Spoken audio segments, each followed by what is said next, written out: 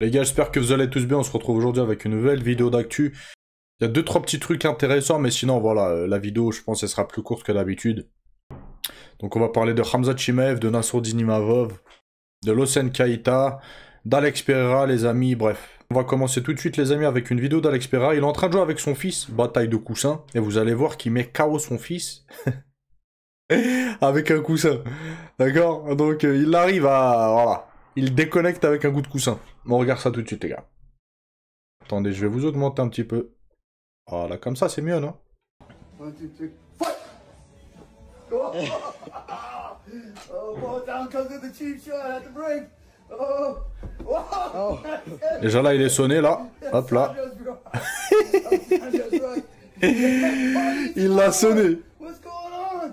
He's too slow for the big man. Mais il l'a vu qu'il l'avait sonné, je crois, parce qu'après, il visait un petit peu le corps. Oh, takes one to the body. They exchange your body shots now. Proton's eyeing him down. Oh! Voilà. Ça y est, il l'a éteint.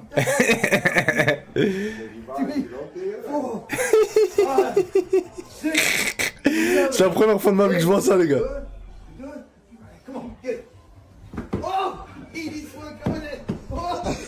Il l'a éteint, les gars. J'avais jamais vu ça de ma vie. Bataille de cousins, tu te fais éteindre. C'est chaud. En plus, il fait du MMA, le petit. Non. On continue, les amis, avec Nassourdine Imavov, qui reste deuxième de la division, malgré qu'il ait gagné son fight. En fait, Nassourdine, il était premier. En fait, je vous réexplique le classement. Dricus du Plessis, quand il était champion, Nassourdine, il était premier. Khamzat Chimaev, il était quatrième. Mais vu que l'UFC fait n'importe quoi, ils ont fait passer Khamzat Chimaev le quatrième devant le numéro 1, et que maintenant il est champion, ben l'ancien champion, il n'est pas obligé de passer numéro 1. Donc là, voilà. Là, c'est voilà, le bazar. Et c'est pour ça, en fait, que, bon, s'il y a un classement, normalement, tu dois respecter le classement. Ils font des classements, l'UFC, ils ont fait un classement, c'est pour le respecter, les gars. Moi, je vois les choses comme ça, ne me parlez pas de divertissement, etc. Dans ces cas-là, on enlève les classements et ils organisent les combats qu'ils veulent.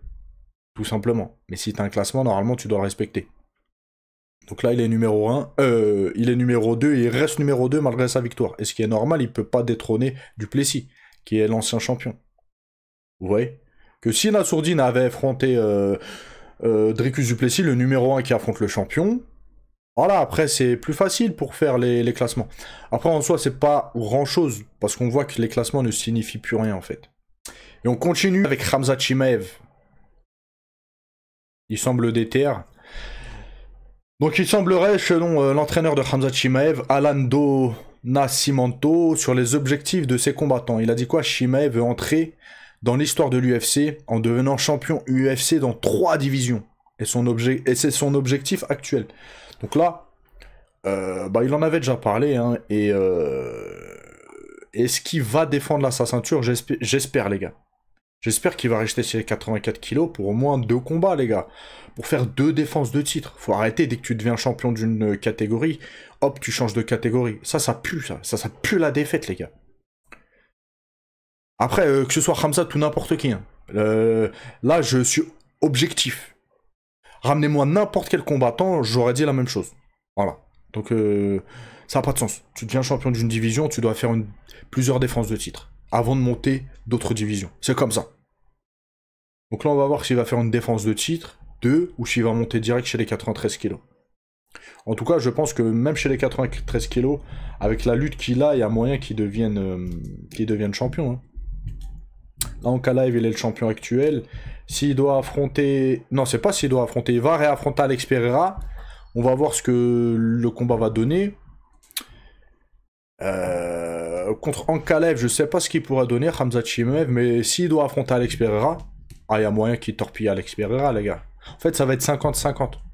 Le premier qui arrive à mettre l'autre en difficulté par rapport à son jeu, si Alex Pereira arrive à connecter direct dès les premières secondes, Khamzat Chimaev, il y a moyen probablement qu'il gagne le fight par KO ou TKO, mais si Khamzat Chimaev arrive à amener Alex Pereira au sol, les amis, voilà quoi. Voilà, quoi, ça risque d'être compliqué pour Alex Pereira, les gars. Donc, après, je suis hypé hein, de le voir en 93 kg, Khamzat Chimaev, voir ce qu'il donne. Vraiment, je suis hypé. Mais encore une fois, pour moi, faut qu'il fasse 2-3 défenses de titre chez les 84 kg. Ce serait tip top. Pour asseoir sa dominance ou pas, en fait, dans la catégorie. C'est ce que Topuria aurait dû faire. Comme Islam Makhachev a fait, par exemple. Il a lavé absolument toute sa catégorie. Topuria l'a pas fait, etc. En fait, vu que Topuria l'a pas fait, je me dis, probablement, Khamzat Chimaev, peut-être, il va pas le faire, les gars. Il va monter direct chez les 93 kg. C'est très probable. D'accord? Je sais pas ce que vous en pensez, si vous êtes hypé de voir Khamzat Chimaev en 93 kg. Et on continue et termine les gars avec Saladin Parnasse qui, pour rappel, va faire ses débuts en boxe anglaise. Donc là, il y a un petit thriller de RMC Sport sur le Twitter RMC Sport. On regarde ça les gars. Les amis, je kiffe pas trop la boxe anglaise. Et je kiffe encore moins de voir Saladin Parnasse en boxe anglaise. Du moins, ça dépend s'il y a une grosse confrontation avec un mec hyper connu, etc. à la rigueur. Mais là, les gars, je suis pas du tout hypé, je vous le partage, voilà, parce que Saladin Parnasse, gros combattant de MMA français, etc. Sinon,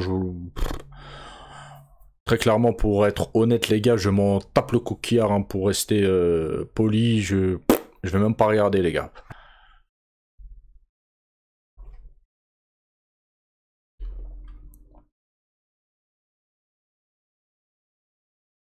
Tu vois, mais même sur le ring, même si tu t'entraînes souvent, tu vois, pour la mise de vent.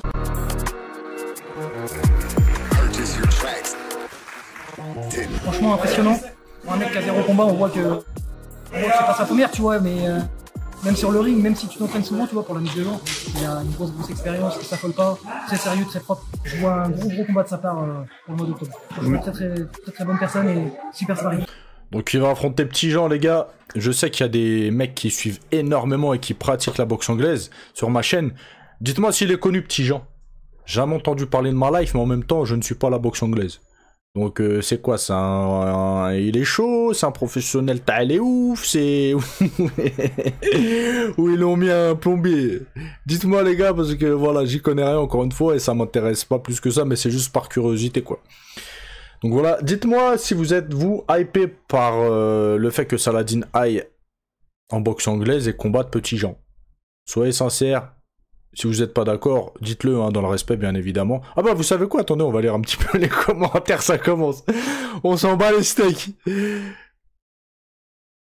Ce mec qui mène des combats qui intéressent personne. Tout le monde s'en fout de son combat de 1. Il faut boycotter ce combat. Ah ouais, d'accord. La cote de popularité de Saladin n'a jamais été aussi basse, ça je ne sais pas.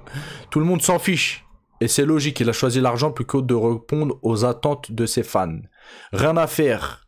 Tellement talentueux en MMA pour finir en boxe anglaise alors qu'on rêvait tous de le voir démonter le top 15 de l'UFC, que c'est dommage. Tant mieux si tu as gagné de l'argent et je te souhaite le meilleur, mais sache qu'on est déçu. Tout le monde s'en fout de lui maintenant qu'il continue à taper des plombés. Ouah, je suis choqué. Eh les gars, j'avais pas vu les commentaires. Ah ouais, les gens ils sont centièmes. En fait, c'est pas les gens ils sont centièmes. C'est, ils disent ce qu'ils pensent en fait. Voilà. Eh oui, moi je suis le premier à vous dire les gars, être honnête et à vous dire je m'en tape. D'accord? Et j'ai l'impression que les gens c'est un petit peu pareil quoi. Mais ce qui serait intéressant c'est de voir ceux qui pratiquent la boxe anglaise et ceux qui suivent la boxe anglaise et le MMA pour voir ce que vous en pensez les gars. Dites-moi ce que vous en pensez. Vraiment, si vous êtes hypé ou pas. En attendant, je vais regarder de la vraie boxe ce week-end plutôt. Ces combats de boxe entre vrais boxeurs vs youtubeurs ou combattants de MMA, je boycotte automatiquement en tant que pratiquant de ce sport. Le business c'est bien, mais pour moi c'est de l'arnaque. On s'en bat les steaks, Saladin, t'as déçu tout le monde. Au bout d'un moment, faut que tu le saches. Quel manutentionnaire va-t-il tabasser? Je vais profiter de ce moment pour trier un peu mes outils en parlant de plomberie, ça va... ça m'a fait percuter. Boycott. Ah ouais. Ah ouais. Arrête de nous parler de ces artisans du PTT.